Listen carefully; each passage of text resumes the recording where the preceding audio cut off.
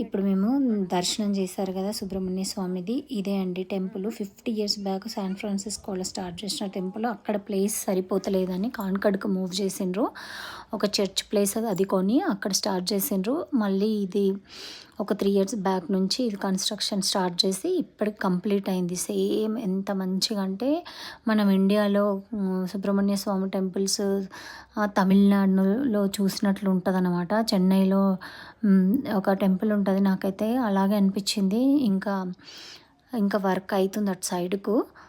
So ఇప్పుడు నేను మీకు మెయిన్ ఎంట్రన్స్ చూపిస్తాను. ఇటు సైడ్ నుంచి వెళ్తే మెయిన్ ఎంట్రన్స్ దగ్గర అటు ఇటు 2 ఏనుగులు పెట్టారు ఎంట్రన్స్కి పక్కల. మళ్ళీ లోపలికి వెళ్ళగానే ఫస్ట్ మెయిన్ డోర్ నుంచి డైరెక్ట్ సుబ్రహ్మణ్య స్వామి విగ్రహం కనిపిస్తుంది.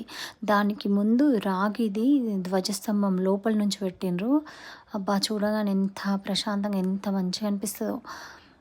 సో మీకు నేను ఫ్రంట్ వ్యూ కూడా చూపిస్తాను. Just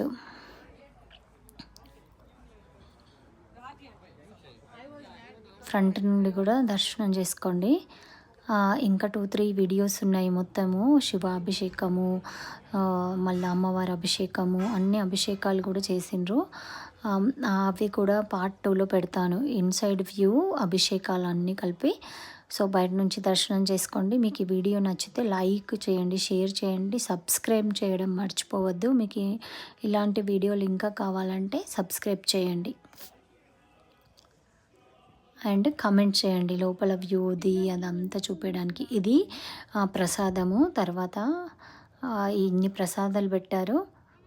thank you.